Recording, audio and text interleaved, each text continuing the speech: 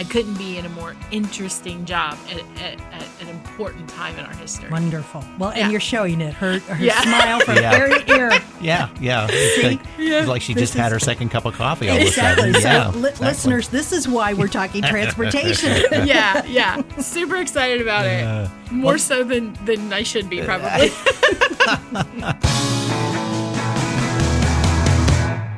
We are looking forward our way. We're in Studio C in the 511 studios. This is Brett, and with me as always is Carol. How are you this morning? I'm good, Brett. Thank you. Good. Today, we are covering a really different topic than we've been doing in our past podcasting, but this is such a critical issue for Central Ohio. So I'm guessing that everyone in our audience experiences problems and difficulties in getting around their community.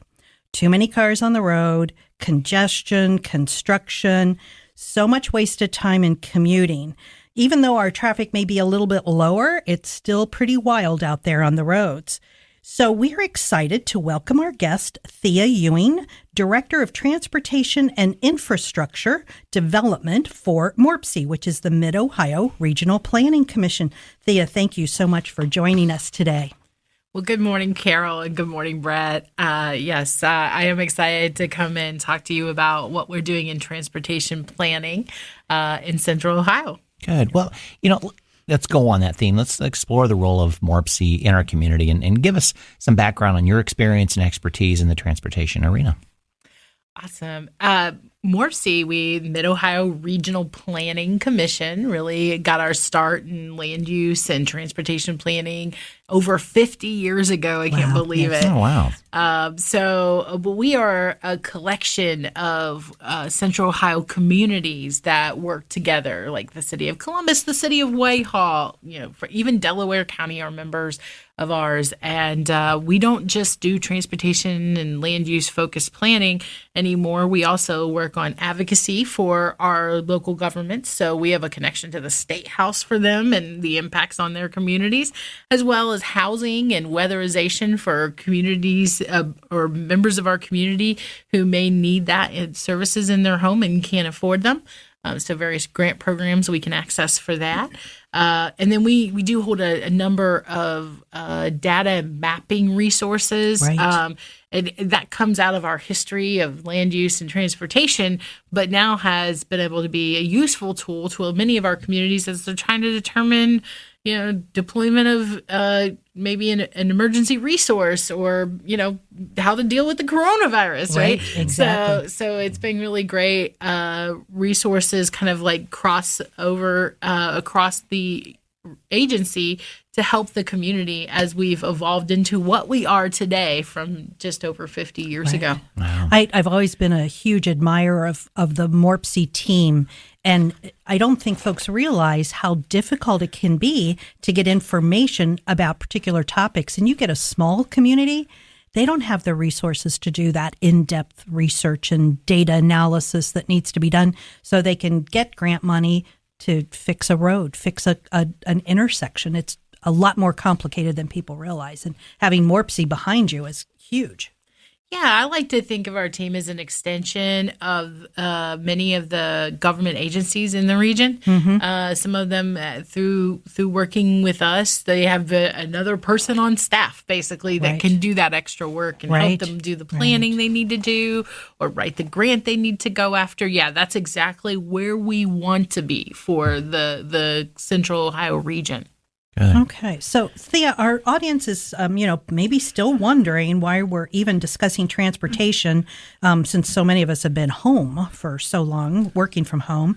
So why are transportation systems so important? It's just not about the amount of exhaust pouring into our sky, but how does it affect the success of our cities?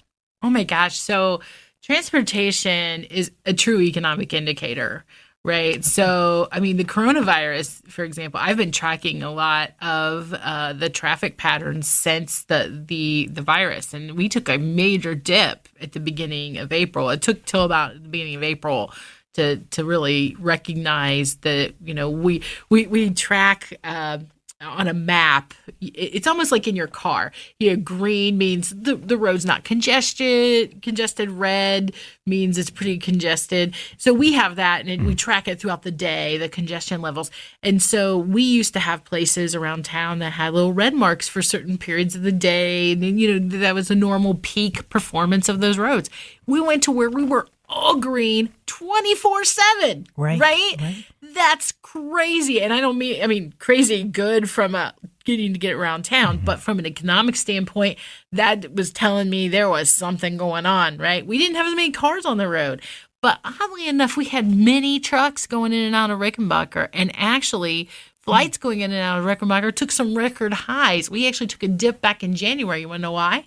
The reason why is because actually the virus was hitting Asia, where many of our planes were coming in and out of into Central Ohio, into our Rickenbacker port. So this is all like basically what I'm getting to is like these are all systems. They all work together. Trains, the trucks on the road, our cars mixed into that, the buses, all these various systems that work together and utilize these systems. And they are, when people are out there on them, is a big sign of what's going on in your economy. Well, I think too, the one thing you just said to me is like eye-opening. Transportation is not just a sign of whether we have a lot of cars on the road. It's an economic indicator. Mm-hmm. And if we had looked at the fact that Rickenbacker was low in January and not assumed it was because of the weather, who knows what our health folks would have realized even sooner about the pandemic coming.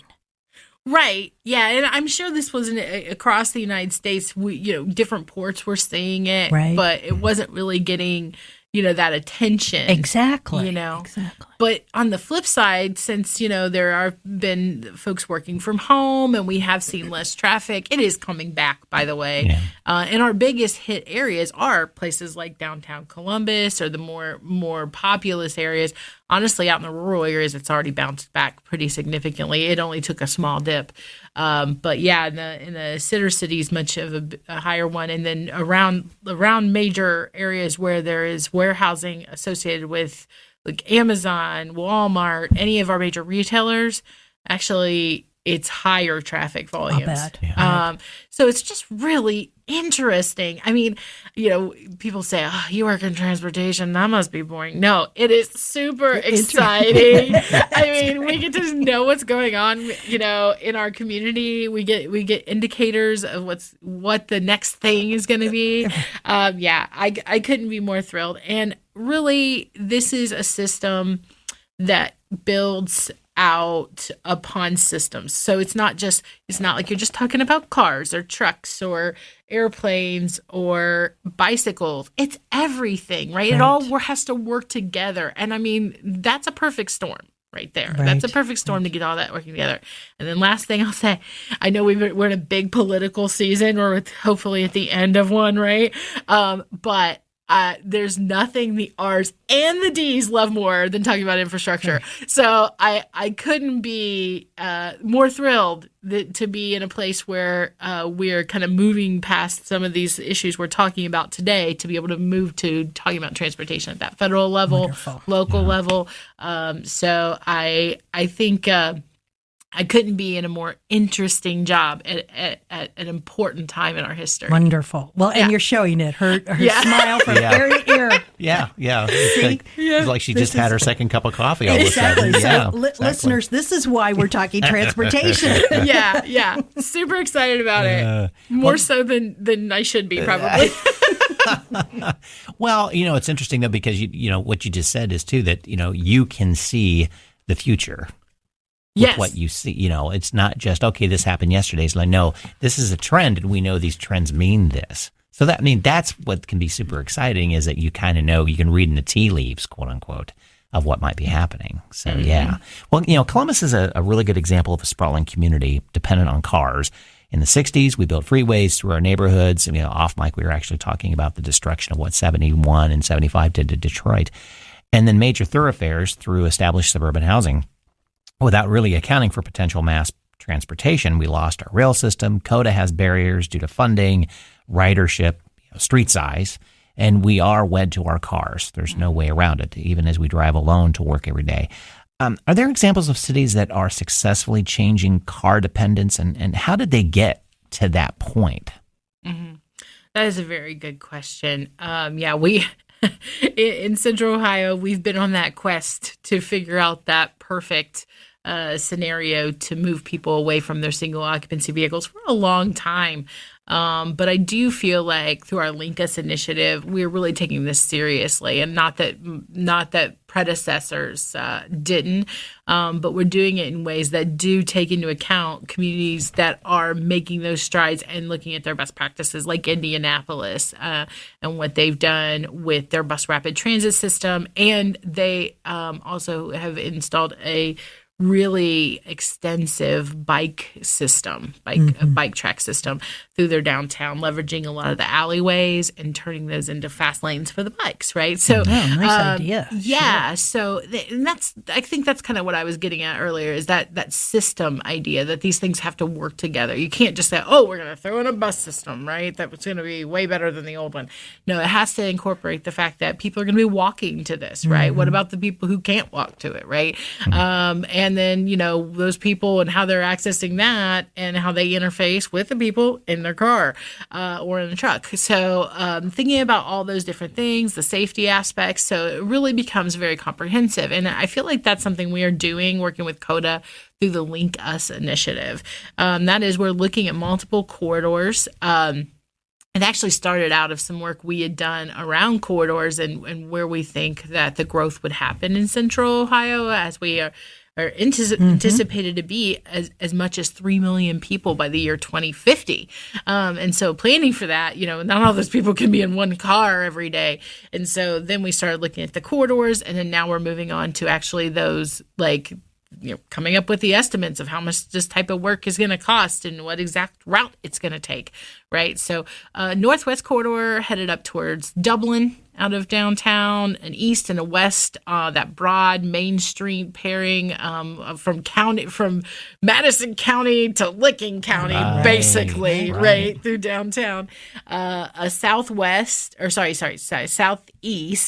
towards the Rickenbacker area out of downtown, a major job hub. Mm-hmm. And then something that parallels or basically builds upon what is known as the CMAX line, Cleveland Avenue, the northeast, northeast line. So yeah, and COTA is doing so much. I mean, this is one of the initiatives that we're working on with them and the city, but there's so much more, right? There's so many other things that they're working on, including looking at smaller vehicles for getting people around and more on-demand type services. Right. So, well, we sort of missed the boat when we didn't dig in a subway under Columbus before it sprawled out. I remember I was interning in Congress in Washington doing the subway in Washington. Oh my gosh, that was so cool. I mean, it was. I bet it wasn't even up to. I think it had just hit DuPont Circle at that point in time. Mm-hmm. So it was not that large of a system, but it was phenomenal. Kept thinking, why can't we dig under we put in a garage under the State House. Why can't we dig under? Well, and there are a lot of factors that you thought would turn the tide when gas prices went so high. Everybody was talking, okay, that's going to change our minds. Never did. All of a sudden, we're actually buying bigger vehicles during that time period. Or the, I don't know if it still exists or not, the point-to-point cars. Oh, yeah, Car2Go. Car2Go. Yeah, there's a different company in town doing that, but it's not Car2Go. That's interesting concept. Mm-hmm. Didn't really do it, though, either, to a certain degree. So it seems like it has to just be a combination of timing and hearing the public what they need, right? Yeah. Some of it, maybe? I think so. I mean, so we're kind of on the cusp of the population size that typically ends up taking off with this, right? Okay. So like the Atlantas or, a Chicago that, basically what it comes down to, the pain isn't painful enough. Right, exactly. The limitation of parking spaces to actually drive your car downtown or to the place you want to go is more painful than actually just, okay, I'm going to buy a ticket to go on the rapid transit or COTA, whatever the case might be. Yeah, we're just not there Yeah. yet. And the beauty of it is, at least now we're planning for that and thinking that one through, trying to work in those competitive routes. I think the other thing is, with the existing COTA system, when someone rides that, they're not an opportunity rider. They're a have-to rider for the most part, right? Exactly. They're doing that because that's maybe their last option. We want to, and COTA wants to turn that into opportunity customers. So they're really looking at that customer service. How can we get people there faster, right? How can it be competitive with the automobile? This new CEO of COTA, Joanna, I say new, she's been around for a couple of years now, but I've known her for longer than that. She's really focused on, well, this just isn't just a bus system to kind of make sure that everybody has at least a ride. This is like, we need to be more competitive. This needs to create the opportunity for everybody that really truly is the opportunity for everybody. Like, they can get there as fast as somebody in their car. I think, too, the assumption of mass transportation has always been, it's only for people who can't afford a car. That's not it by any stretch. But like you said, the pain point hasn't come. I realized just now it's been likely 20 years since I was in Tempe, Arizona for the bowl game. And New Year's Eve, they started that little, I can't remember now what they call it, the little shuttle. That's like a little train. And we thought, oh, yeah, this is kind of cool. I mean, it went from one stop to another at that night. It was no big deal. But that's been 20 years they did that. And you don't think of Arizona as a place of looking at issues of mass transportation. There's a lot of land out there. Yeah. Yeah. Well, it's starting to hit them too. With the masses. I've been to Phoenix and Scottsdale lately and seeing that they've had to address this too with light rail and light rail. That's what it was. Yes. Yeah. Light rail is a really popular way to approach that. Another thing is, especially with all the autonomous features that you can build on these vehicles, and I know with Smart Columbus, they had been looking at some shuttles and stuff, different types of vehicles to use, and they were testing them here. But it's not like we're going to be picking up a full route at this point in time. But when you said bowl game, I was in Minneapolis speaking to a group, and it was right before the Super Bowl a couple of years ago, and there was one of the companies was testing their autonomous shuttles, and they were running people back and forth in those Super Bowl end zone party areas, right? In this vehicle, and they gave me a sneak peek. I got to ride the autonomous vehicle in the little party zone area and try it out. So it was really, and then of course they told me as they were taking me back to the airport, we could have taken you to Paisley Park. I was like, well, I mean, I am a transportation nerd, but Prince's house would have been pretty cool too. Yeah, right. Exactly. So, unfortunately, cost is a huge factor in mass transportation. And here in Columbus, during the pandemic, I believe that COTA has not been charging a fee. Some feel that system should always be free. I'm not sure about all of their notion behind that. But as those who are most dependent on the bus system, they're least able to afford it. As I said, everybody thinks mass transportation is for folks who can't afford a car. So can you provide us with a few other examples and alternatives on mass transportation that's affordable?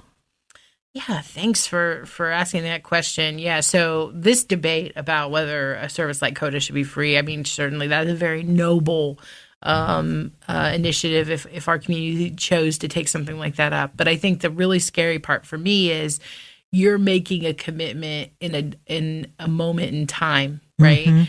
Because at that point, the income you have coming in, that's it, right? That's gonna be it. So you're saying like the federal grants you're going to be receiving, or possibly maybe the levy dollars at that point. But not being able to generate more revenues over time and being able to collect revenues, that's really challenging and doesn't allow a system to continue advancing. Right. And so that's probably my biggest concern with that argument. That being said, it doesn't mean that we can't provide services free of charge to certain individuals or look at creative ways to fund things. For instance, we worked with the downtown employers through the Columbus Crossroads Special Improvement District and provided something called CPAS, where actually we did a bulk rate through COTA, provided that to them. They did an assessment whenever they do their taxes, and then for nonprofit or governments, they gave instead of the taxes, they did a payment in lieu of that was very similar to what the the building owners did. And so all that money goes into a fund that goes to COTA.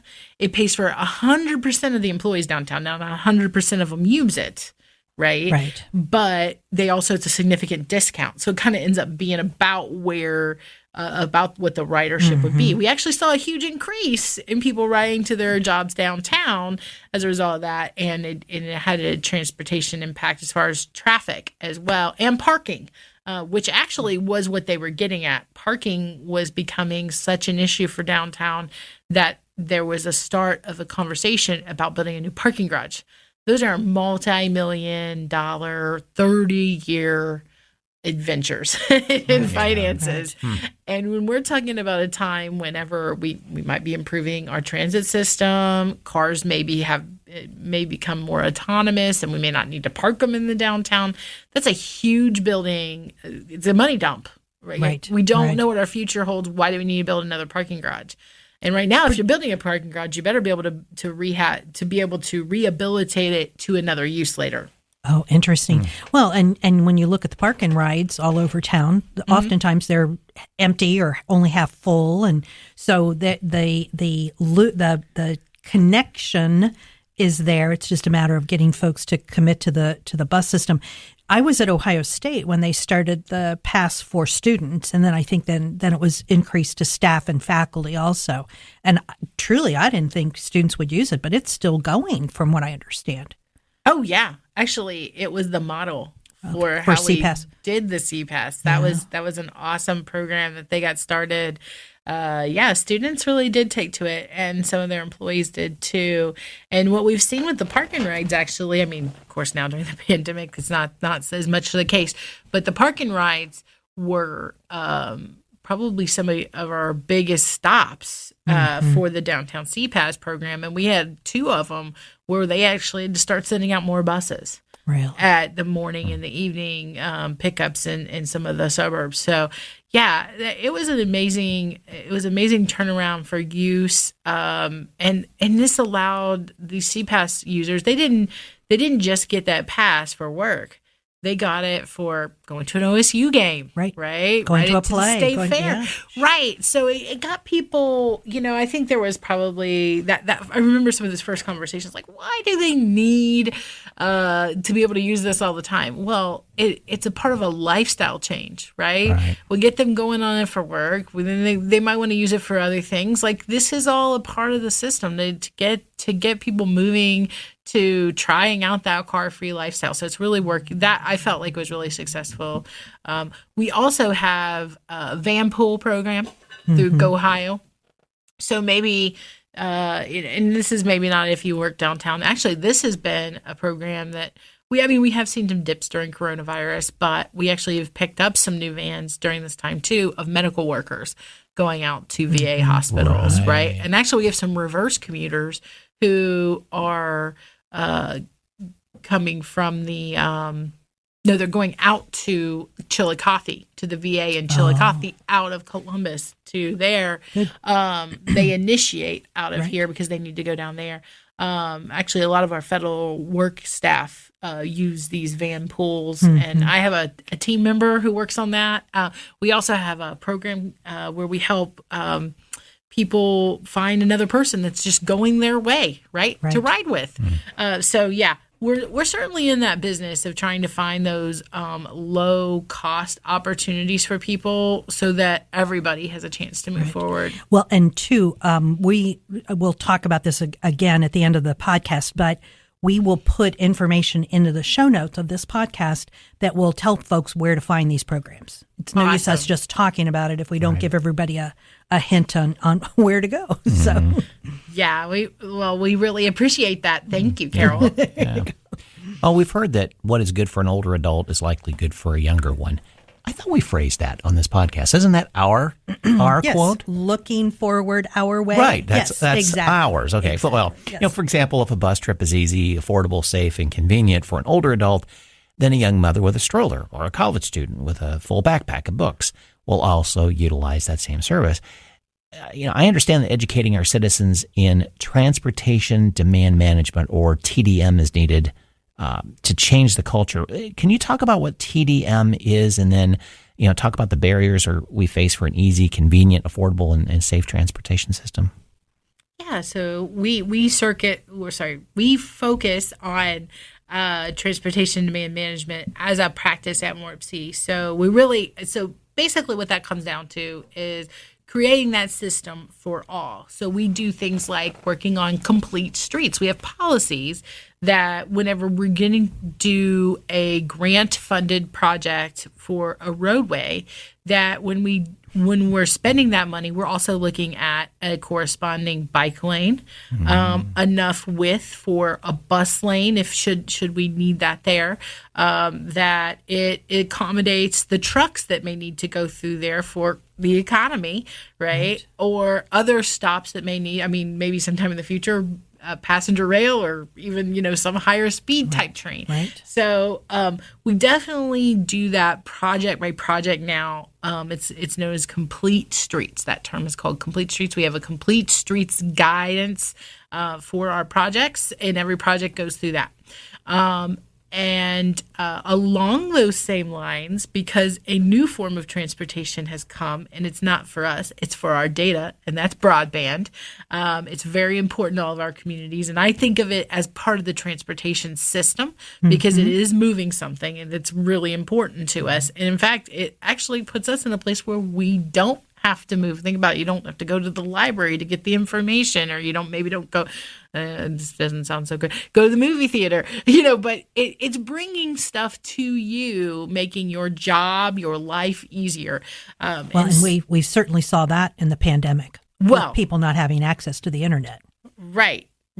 And it was bringing you education, right? And if you didn't have it, it was limiting you from that education.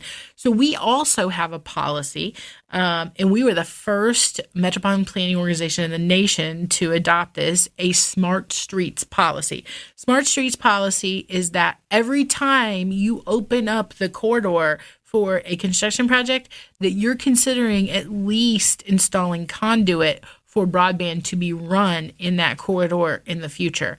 Now, you may go ahead and start working with the companies to get that broadband put in. Maybe that's public information or public infrastructure that you're going to be putting in there. Maybe it's with a private carrier like Verizon or AT&T. But the bottom line is you're at least looking at it, because this is another important piece of the transportation puzzle for our future.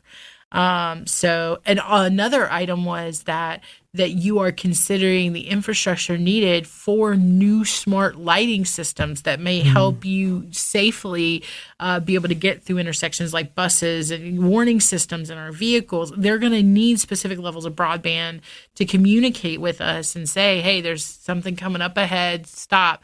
That stuff may be part of that infrastructure as well. So we want to make sure that stuff gets put into these street projects as well. And then the last one is, if you're going in front of a place like a fire station, a library, a school, that you've contacted them and say, hey, we're putting this in. Was there anything you needed as part of this project? Yeah.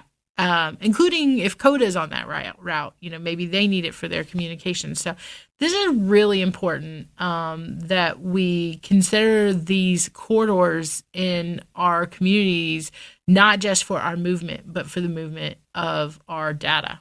So it's basically just a tick list of what to check. Yeah. Wow. And so what I was thinking too, kind of going back to what you said, if it's easy for an older person to get around, it's just as easy for a younger. There is a planner, and he's from South America, Gil Penalosa. He's actually spoke at one of the events we've had at MORPC. It is called an 880 city. And the whole concept between an 880 city is that someone who's 8 years old can get around as good as somebody who's 80 years old, right? And everybody in between. You build to that level then, it's meant for everybody.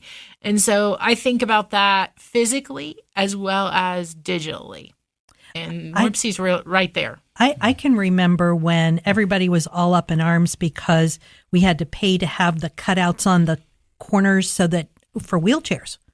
So the little ramps for the wheelchairs, and everybody was all up in arms. And now it's like when it's not there, we're like, well, why don't they have a wheelchair use on that sidewalk so that they can get across the street?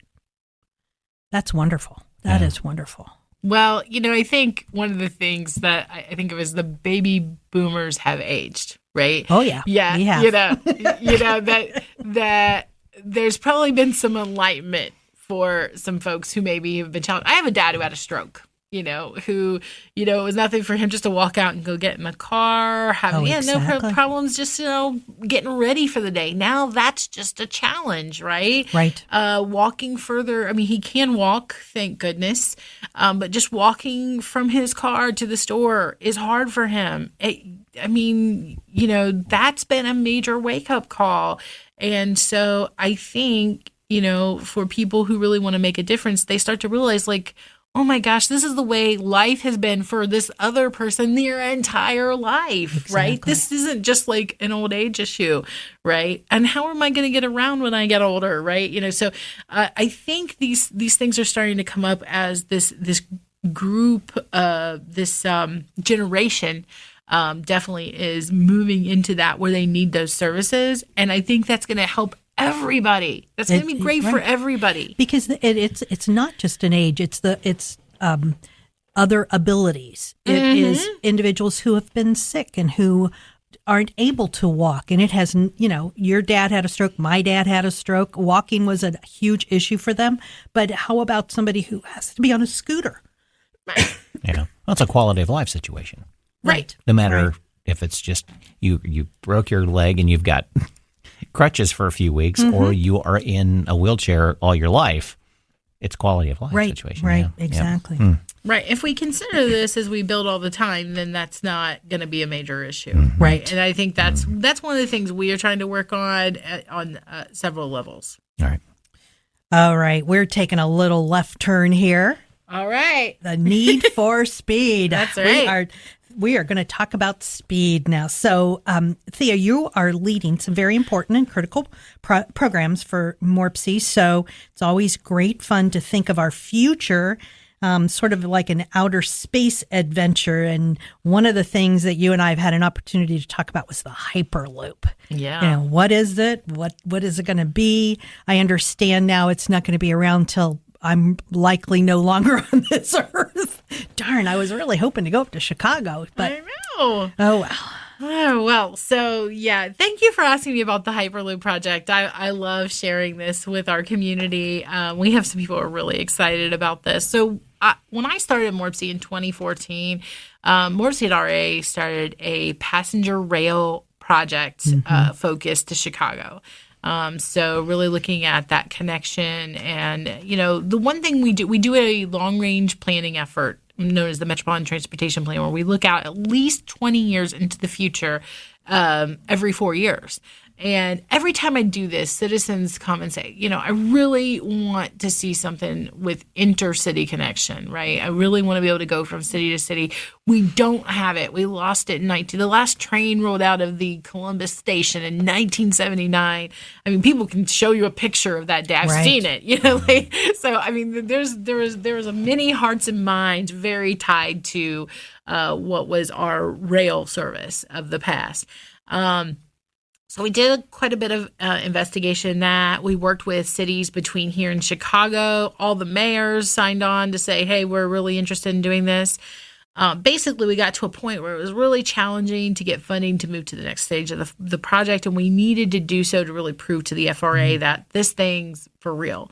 But it's around the same time, Hyperloop was being developed as a technology. And if you're not familiar, Elon Musk, I mean, I say that name, people know, SpaceX, Tesla, this guy, he's associated with all these really big ideas. So he came up with this concept, and it's been broader developed, and there's multiple companies in this space now. Hyperloop's a term like railroad, right? There's CSX, there's Norfolk Southern. Well, Hyperloop, there's actually multiple companies working in that space too. So, but if there was like a grandfather of the railroad, the Elon Musk is the grandfather of Hyperloop.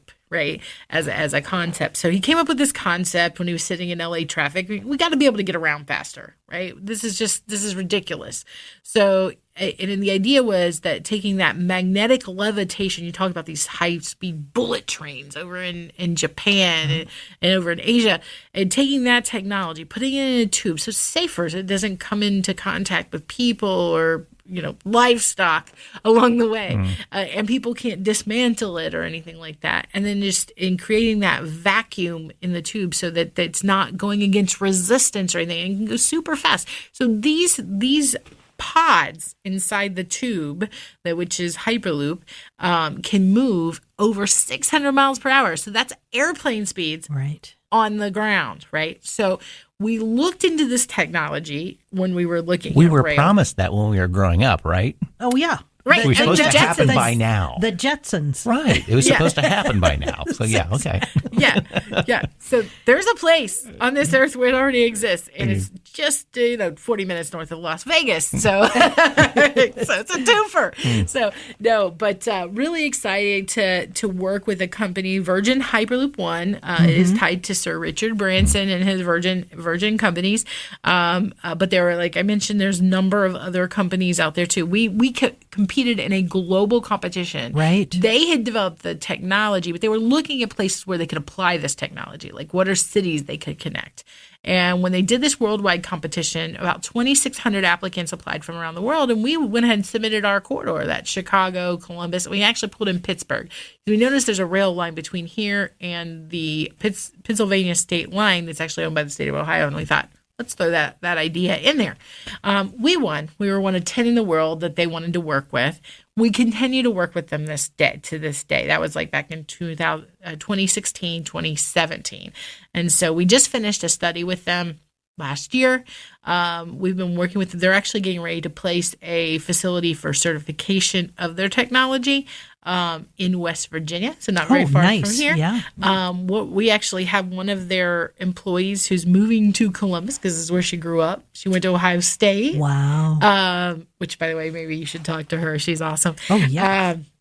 She moved back to town, and she's going to be going over to West Virginia working on that certification site, and she's going to be here working with me on a regular basis on getting our corridor off the ground. So the very first segment that we've been looking at is this connection between like downtown Columbus and the airport.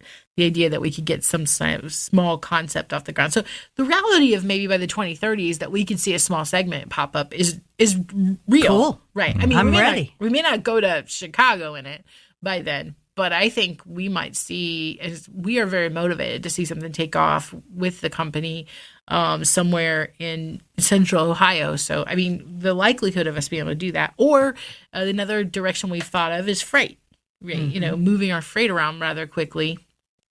So, yeah, pretty excited about the opportunity to work with them. And we've taken about 100 officials between Chicago and Pittsburgh to actually see they have a test facility, as I mentioned, 40 miles north of Las Vegas. And we've taken several out to see it. They've gotten over, it's about 5,000 meters. This site is, so it's just over around a half a mile, and they can get over 230 miles per hour on that, and it's not even that long. Wow. So this next facility they'll build is the idea that it's going to be longer, so they can get up to full speed on it. And it will also be have the oversight of the U.S. government, so that once they basically meet all of the criteria, this can be like, yep, it's something we can do in the United States. Wow, that'd be great. Yeah. pretty exciting. And it's not going to be very far from us where they do that. So we'll be able to go over and check it out and see how it's going. And we were fiscally responsible through this planning process because we never did give up the rail side of the study. So just so you know, I continue to work on passenger rail as an option. Because you can't put all your eggs in one basket. Right. There's the true and tried of rail as well. So we're going to be looking at all that for the future of this region. But the rail is not just as simple as putting a rail on the existing rail. If it were, we would already be there. Right. Well, it's interesting you bring about freight because in my mind, it kind of goes, okay, follow the money. It looks as though, to me, freight could actually put this on hyperspeed because of the money behind it. I mean, if you're dealing with freight that is worried about how to package packages and also how to squeeze every last little inch in a cargo to put as much as you can, you think the speed to get it from point A to point B would be worth their money. Oh, absolutely. Without and then I can see the yin and the yang of this. Okay, you know how much pushback rail had against semi trucks. And all of a sudden semi trucks could, the trucking industry fight this as well. So you got to make everybody happy. Ultimately, it's like, okay, this can help. But we're not eliminating one. We're enhancing another because you can't do this anyway all over the road. This will take care of that piece of it, sort of thing. So I could see this being very complicated, but very lucrative for some businesses to jump on and go, yes, this is how we can do this better. Right. Well, and going back to passenger rail, anybody who's gone through Europe on rail knows how wonderful it is. I mean, I did 7 countries in 14 days, and that would not have happened other than we were on passenger rail the whole time. Sure. So it's phenomenal. And why we don't have it here in the Midwest? I mean, they've got it on the East Coast, I think northern tier a bit, but the Midwest, when we shut down that rail out of Columbus in '79 was a huge mistake. Because you want to see the USA in your Chevrolet,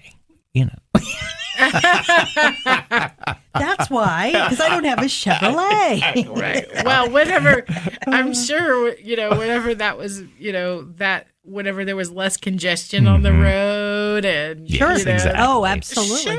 Sure. Yeah, but now maybe not so much, or that there were no interstates, right? Or as many, You bet. And it was just like the Route 66 trip or whatever. It is. I can tell you, as someone who recently did travel out west in a vehicle, actually right before the pandemic. It's not like that anymore. You don't want. Right. I appreciated flying much more after that oh my trip. gosh. So Well, let's cover one more area. And this is going to be coming from a previous podcast I work with. Also, I'm going to give a shout out to Whitehall Works, City of Whitehall. Zach and Jenna co-host this podcast, and back in September of 2020, they did an episode on transportation. So they had talked about Link Us Mobility Corridors initiative. So let's talk a little bit more about that, how that higher transportation capacity, we're going to reconfigure how that all works together. Awesome. So I'm sure you've talked to them a little bit about the work they're doing at Broad and Hamilton and the redevelopment. So the idea that we have corridors in this region that have major nodes like that Broad and Hamilton redevelopment that are coming online, this is where a lot of people are going to live. This is where a lot of people are going to work, right? And so the idea that we would have a system that better connects people to those nodes allows for us to be able to have more people in the region, which is kind of an imminent situation for us, but also allows for people to be able to take advantage of a corridor. This is the place where I shop. Everything's convenient for me, right? I shop here. I get entertained here. I live here. This is my neighborhood, right? It kind of gives that feeling of, I think of whenever you're talking about passenger rail, maybe not so much that, but like the interurbans, right? And how they would, connect you to your job or to places to shop and things like that. So it's very much going back to some of those same things that were facets of developing a city of the past. And it's awesome because Whitehall is right on the cutting edge of being one of those places where people are going to want to be on these corridors because they're going to be on a really happening corridor that connects them to the downtown and to other awesome places in the region that people are going to want to live in. That's wonderful. Yeah, exactly. Great. Good. Any other ideas or things that we haven't hit? Is there other opportunities out there that we didn't know about? Oh, goodness. I think we've covered so much, but I think where I wanted to end is to talk a little bit about the transportation planning process. So, I talk about Hyperloop a lot with people, and we've talked about the corridor planning, right? And I feel like people, when they're talking to me, they get really discouraged because they'll say, oh, well, that's not going to happen anytime soon. I want this to happen now. So patience, right? So just so that everybody understands, when we were planning this crazy mess out here on I-70, 71 interchange through downtown, right? That happened. The planning, the initial work to make this happen started 20 years ago. Right. And what it takes to move the blocks of money to make these things happen in the segments we can make them happen in. Without really disrupting the current traffic at the time. Right. Yeah. Well, we try. We try. So, but yeah, these are things that take a momentous amount of time, effort, and energy to take place. And I think it's definitely lost on the general public a lot. It is like, oh, when is this going to happen? And Columbus has tried multiple times to try to, they've put in that work. That 5 to 10 years of work on like a light rail corridor in the past, right? So, this is not something we're trying again for the first time. I think the most important thing to keep in mind is that when we're going through these processes and we put all that work in, to have like political leadership just like throw that out the window and start over, that is very damaging to the process of advancing. So definitely thinking about continuing the course and getting those things done, because otherwise it's just kind of like a waste in time. Right. And that's what discourages people. Yeah. So leadership that really stands behind the future of the region and thinking about its course for, allowing those planning investments of now to pay off in the future. Right. Very important. And that's something I uniquely see from the position I'm in. Right. I had mentioned to Thea when we were talking before podcasting that I live in Delaware County. So when I first moved there, I sat in traffic all the time because everything was still a 2-lane road, even though that whole south corridor of Delaware County exploded with new building.